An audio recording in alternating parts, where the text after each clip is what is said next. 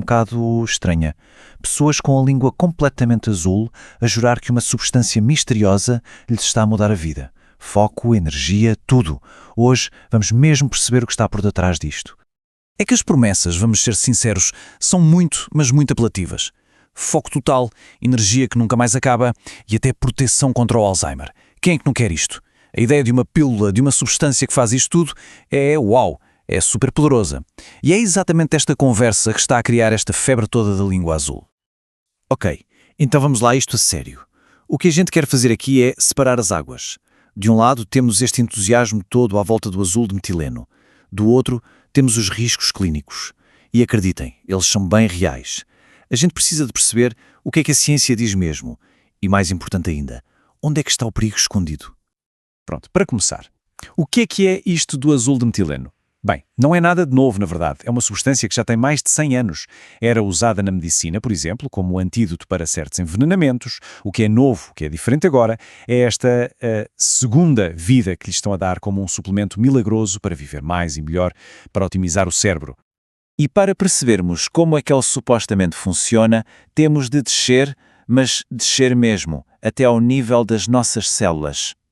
A teoria por detrás dos benefícios do azul de metileno tem tudo a ver com as nossas fontes de energia, as verdadeiras centrais elétricas do nosso corpo.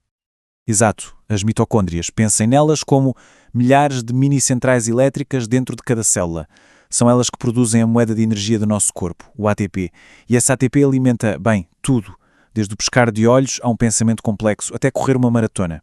Ter mitocôndrias a funcionar bem é a base de tudo. É a nossa energia, a nossa vitalidade.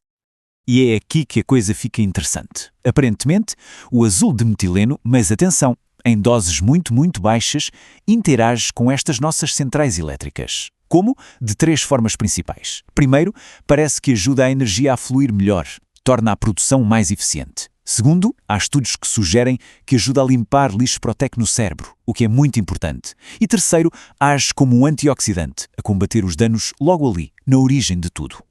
Ok, até agora parece o santo graal, não é? Uma solução mágica. Mas é precisamente aqui que a história dá uma volta de 180 graus. Porque por trás deste potencial todo existe um lado bem mais perigoso, bem mais sombrio. E esta é a parte que, curiosamente, parece que muitos influencers na internet se esquecem de mencionar. Vamos então falar a sério sobre as contraindicações, que são severas, e os perigos que estão mesmo associados a esta substância. O perigo número 1, o mais grave e imediato, chama-se síndrome serotoninérgica. E atenção, isto não é uma dor de cabeça ou uma má disposição.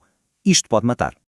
Então qual é o mecanismo aqui? É o seguinte, o azul de metileno funciona como um inibidor muito potente de uma enzima que, digamos, limpa os neurotransmissores no cérebro.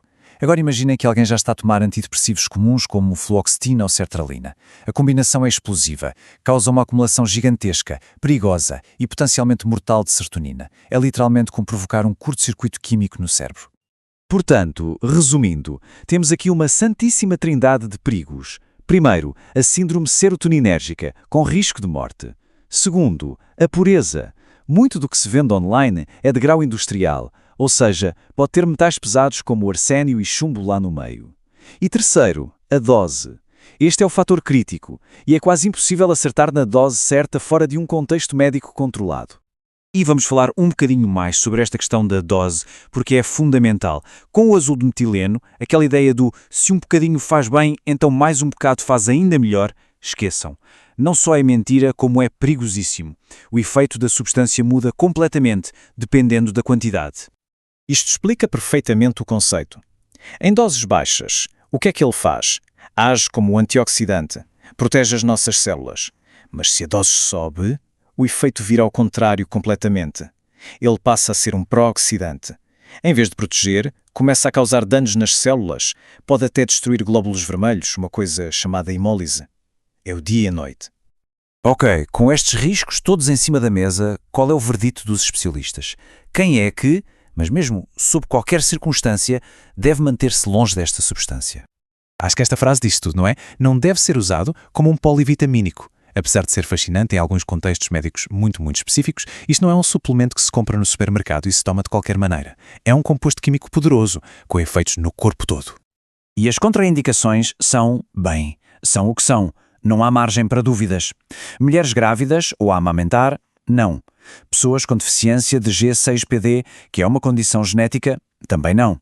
E, o ponto mais crítico de todos, qualquer pessoa que tome medicação psiquiátrica, seja ela qual for, só deve sequer pensar nisto com supervisão médica muito, muito apertada. Então, como é que a gente arruma estas ideias todas? A vontade de viver mais, de ter mais energia, de otimizar a nossa performance? Claro que é válida. Toda a gente quer isso. Mas a resposta, se calhar, não passa por pintar a língua de azul. Porque no fim do dia, antes de corrermos para estes atalhos químicos, a pergunta que realmente importa é outra. Será que o trabalho de base está a ser feito? O sono? Está em dia? E a gestão do stress? A alimentação? Estes são os verdadeiros pilares da energia e do foco.